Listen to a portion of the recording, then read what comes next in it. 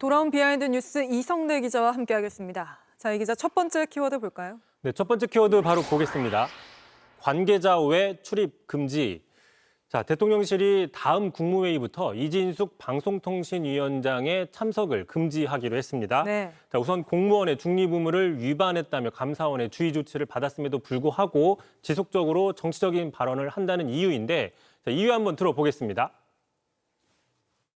방통위원장은 국무회의에 참석해 개인의 정치적 입장을 지속적으로 표명했습니다. 개인 소셜미디어에 자신의 정치적 견해를 게재해 공무원의 중립 의무 위반 행위를 거듭했습니다.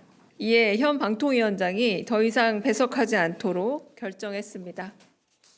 대통령실이 어제도 국무회의 비공개 발언 왜곡하지 말라 이렇게 공개 경고를 했는데 오늘은 아예 참석 금지까지 시켰군요.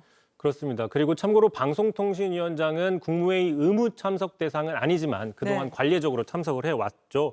자, 다시 말해서 이진숙 위원장은 의무 참석 대상이 아님에도 불구하고 매번 회의에서 개인적인 발언까지 했고 또 비공개 회의 내용에 대해서 자신의 해석을 덧붙여서 공개하는 것 등에 비춰볼 때 자, 개인 정치 활용 차원이 아니냐라는 인식이 지금 대통령실에 깔려 있다. 뭐 이런 분석이 있는 거고요. 자, 앞서서 대통령한테 직접 그 방송관계법 관련 안을 만들어달라는 업무 지시를 받았다라고 주장을 했죠. 자, 그러자 곧바로 대통령실에서는 지시가 아니라 의견을 물어본 차원이다라고 반박을 한 게 대표적입니다. 네. 자, 결국 소통에 오해가 생길 수도 있습니다. 잘못 알아들을 수도 있는 것이죠. 하지만 이런 소통의 오해 문제로 넘어갈 수도 있었던 사안이었는데 자, 이진숙 위원장이 오늘 아니다. 나는 자기 정치를 한 적이 없다. 자, 대통령실은 지시한 게 아니라 의견을 물어봤다고 설명했지만 자신한테 지시한 것과 자신의 의견을 물은 것에 어떤 차이가 있는지 모르겠다 이렇게 반발하면서 문제가 더 커진 겁니다. 네, 이재명 대통령한테 지시를 받은 거다 이런 주장을 되풀이하고 있는 거군요. 그렇습니다. 그런데 참고로 제가 돌비뉴스 관련된 어떤 개선점이 있냐, 어떤 게 고칠 게 있느냐라고 앵커한테 물어봤다고 했을 때 앵커가 강제적으로, 의무적으로 개선안을 저한테 가져올 필요는 없는 것이죠. 네. 자, 대통령실에서도 그러다 보니까 강제력이 있는 업무 지시 여부를 구분하지 못하는 것에 대해서 이해할 수 없다 이런 반응을 내놓고 있습니다. 강유정 대변인 오늘 이렇게 얘기를 했는데요.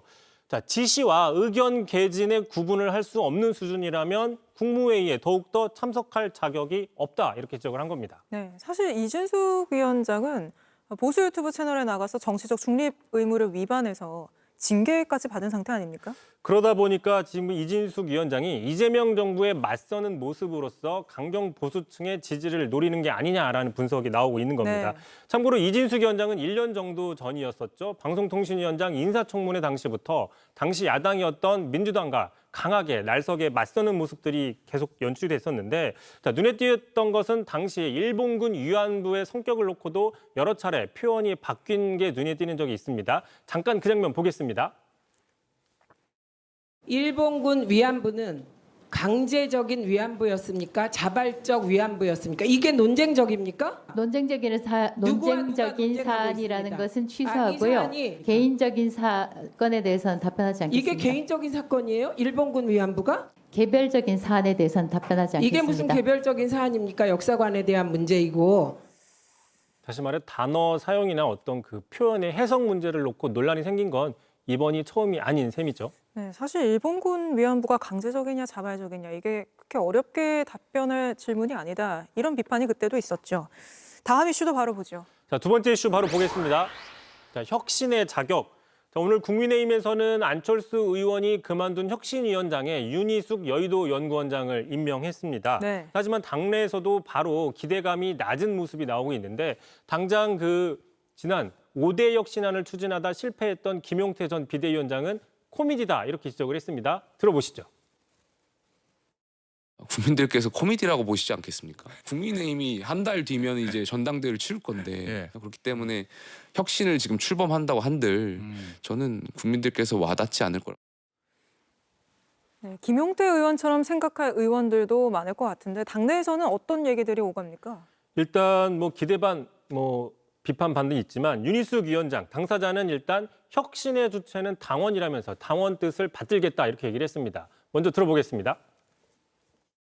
혁신의 주체는 당원이라는 점입니다. 그 당원이 의사를 표출할 수 있는 그 기반을 저희가 마련하는 것이 혁신위원회의 사명이라고.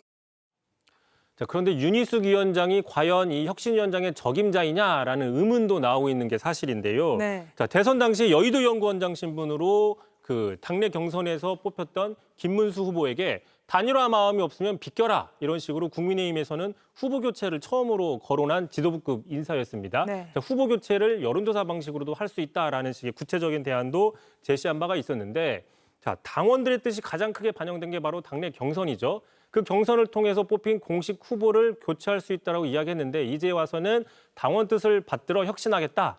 그 사이에 간극이 좀 큰 게 아니냐라는 지적들이 나오고 있는 겁니다. 그러네요. 오늘은 여기까지 듣죠. 이성대 기자였습니다. JTBC 뉴스를 시청해 주셔서 고맙습니다. 저희는 저녁 6시 30분 뉴스룸에서 뵙겠습니다.